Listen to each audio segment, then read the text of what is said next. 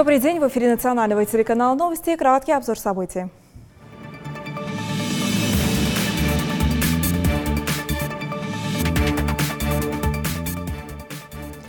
Опыт есть и готовы им делиться. Садоводы со всей России приехали на конференцию в Ингушетии.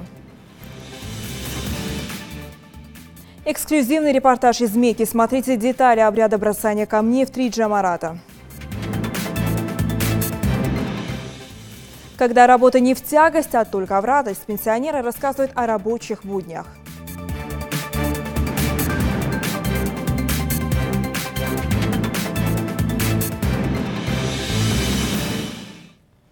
В регионе проходит Всероссийская конференция по развитию садоводства, организованная Минсельхозом России. В ней принимает участие министр сельского хозяйства России Дмитрий Патрушев, полпред президента ВСКФ Александр Матовников, глава региона, представители федеральных органов исполнительной власти, руководители федеральных и региональных органов управления АПК.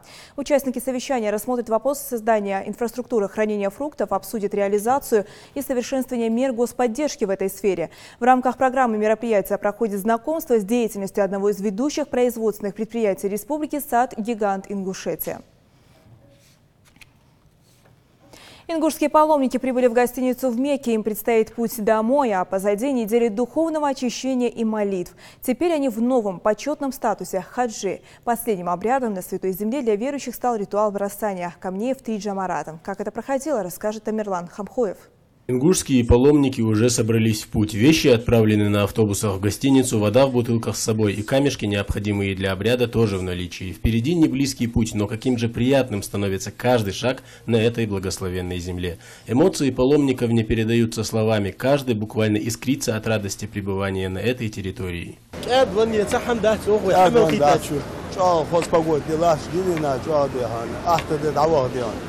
Нахкез переживать, я же бардиан, дух наху бумат, последний день дом да. Шо паргат пере хобот, шо хозе этай, да ландале, да алгает, хатпайти са, аш хода гостиницы. Аста абелгал яхтугулаш хатбайхан, минахан, عرفاتي خان, مزدلفاتي, مكة, مدينتي, أجركم خوزا ختام, وقت ملا يريجش حتى رخص ختام. ده وانديان، هارير شيشي تيبا خوزير ديان، يرمي عن بلغل يحتوجاس هارير شيشي تيبا خوزير. اشباه مقصود نرمي عن بلغ الواقعياتي يدين سنة ديانا حال بعض بناخد يعني إجا حاجة كعب بعد تنجو باقش أصدقها مصاد زبط من نحتاج أسبوع ما تجي ساق سمات تجي وزدني ناجا خوز ما تجي لا بحير لا مزا تريتي تاج تلي لخير أش حاجة درك أدم ديهان سحاجة أن كعب تدي زلامز ديج ديان أسجا خوز حمد أصدقها بس بدواتش بوه بس دي أزول كم بوش خد بوه بدرك أدم دي نقول بحق حد يجي حاجة عنده.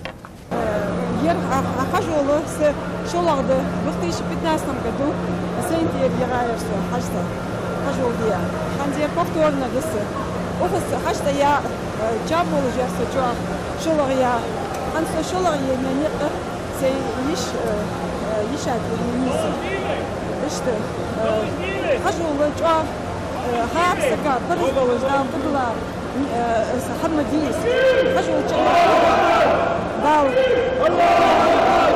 نسقى كده باخر دوا حمدي هارني بس ولديال دال شي مسوا بس بسقي وزوا بيزم بولج ملوا سقي بيزم بحث قال تنيخ يتبسم.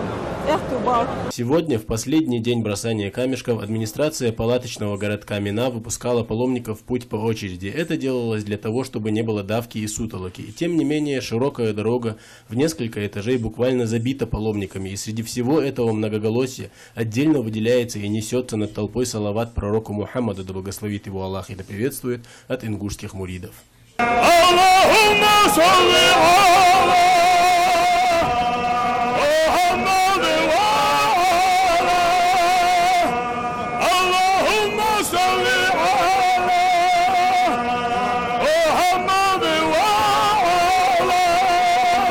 Самое интересное в этой огромной толпе то, что никто не обижается, если его случайно толкнуть, наступить на ногу или даже обрызгать водой.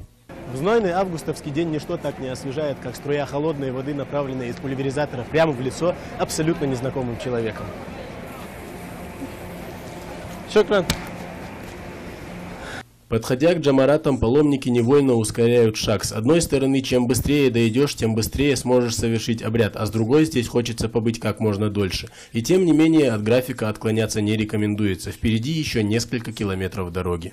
Bismillah, alhamdulillah, wa salatu wa salamu ala rasulillah. Tawna قلت غادي يستدان عند مك عشرة وجوي الحمد لله وحتى شو تعدك بعد غاد بقول عنده يجي تزاربت مك عشرة غا تحجول ثاني خد تندوج ده طواف ديز طواف الإفادة غاطنا سعيد ديز إيش دان شو ده ضاق تدخل علفة طواف الوداع غاطنا عادي كوش طواف تجربة هو شغلان إن شاء الله أوبشن هو بعد غاد الحمد لله الله رياض خلصوا عنا ده بركة خلصوا. Большинство паломников с удивлением узнают, что все это время находились и путешествовали всю эту дорогу по третьему этажу. Дальше путь лежит под палящим солнцем. Не затеряться в толпе, следовать за флагом, который является своего рода путеводителем. Нехитрые инструкции от руководителей групп. Таким образом, спустя несколько километров, пары десятков бутылок выпитой воды и море незабываемых эмоций добираемся до гостиницы. Впереди намаз и небольшой отдых. С раннего утра ингушские паломники направятся в Каабу для совершения тавафа и саи, что ознаменует собой завершение хаджа. Тамерлан Хамхоев, Исах Азботов, Новости 24. В Ингушетии будет развиваться туризм выходного дня. Об этом сообщил глава республики. Инызбек Евкуров считает, что развивать это направление можно благодаря курорту Арымхи, улучшению сервиса, расширению, созданию удобных гостиниц. Руководитель субъекта уже дал поручение специальной комиссии работать над созданием туристического проекта, чтобы в Ингушетию приезжали гости из разных регионов страны на выходные и качественно отдыхали. Евкуров также отметил, что для привлечения туристов в республике строятся новые объекты культуры и спорта. Другим темам, по данным кадровых служб, свыше 2 миллионов российских пенсионеров ищут работу. Но сегодня расскажем не о соискателях, а о тех, кто уже давно нашел свою профессию и не готов с ней расставаться. Как раз для таких трудяг возможна отсрочка от пенсии только в радость. Репортаж Амины Боковой.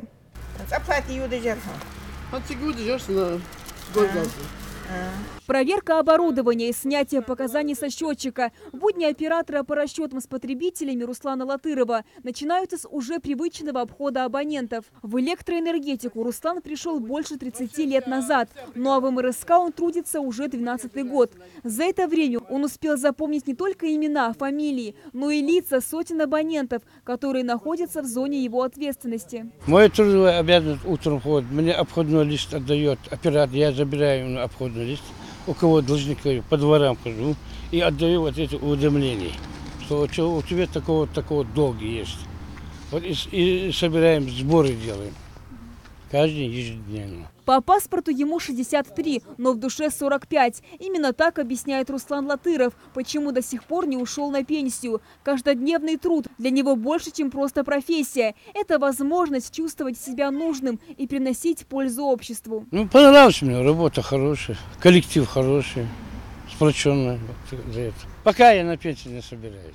В свои 75 лет прекрасно справляется с обязанностями и контролер Рашат Хаймиева. Этому делу она также отдала большую часть своей жизни и завершать карьеру пока не планирует. Таким сотрудникам в коллективе только рады. Мудрые и опытные. Они делятся знаниями с молодыми специалистами. Как найти общий язык с потребителями и уж тем более злостными неплательщиками. Как вести себя на рейдах. Этими и другими хитростями профессии старшие коллеги с радостью делятся с начинающими. Бергиш опытный бы, квалифицированный бы, сардат дехадвор дултгул, концов орха волтвок, помогает дутвон. Вах по зангу андуач, ау электрисети вот хотя ирбехки аж вахсак, тоже ему за 80. Тахны багат хата вяли, любой бол хабуцу. Тваш цухор до хама, что в работе тваш цикетиш до хама, цар опыт ваха хлара, вах даян до хатра жор лутвон. Дик потом эш бах баян дат нормально волгой бакаш томорик бакаш тонис волгой бакаш. Сегодня в России работают 30% людей пенсионного возраста. Многие не готовы отказаться от привычного образа жизни, тем более, когда есть желание и силы трудиться. В Ингушетии, по статистике, из более чем 100 тысяч пенсионеров 20 тысяч до сих пор не сдали трудовую книжку.